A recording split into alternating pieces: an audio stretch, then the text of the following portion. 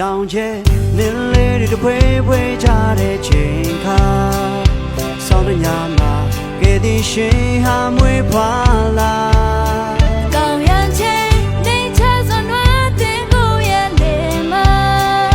လောကတဲ့ယေရှုခရစ်ဖွာမြင်လာဝေဟဲမှာသူဆန်းစွာနဲ့လမ်းလုံးတဲ့ချိန်ဟာအရှိတိုင်းကပညာရှင်တွေသိဖို့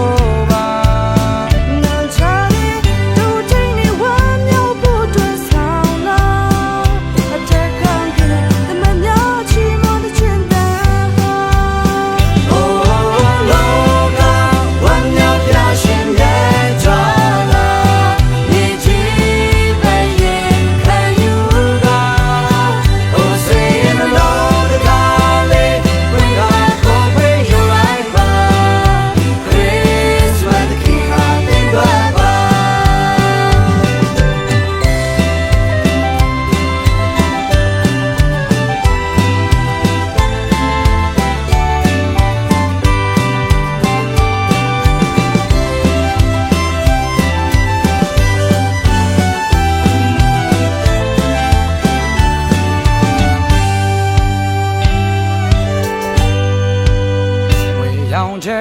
မင်းလေးတွေဝေးဝေးချတဲ့ချိန်ခါစောင်းတဲ့ညမှာကဲတင်ရှင်ဟာမွေးဖွာ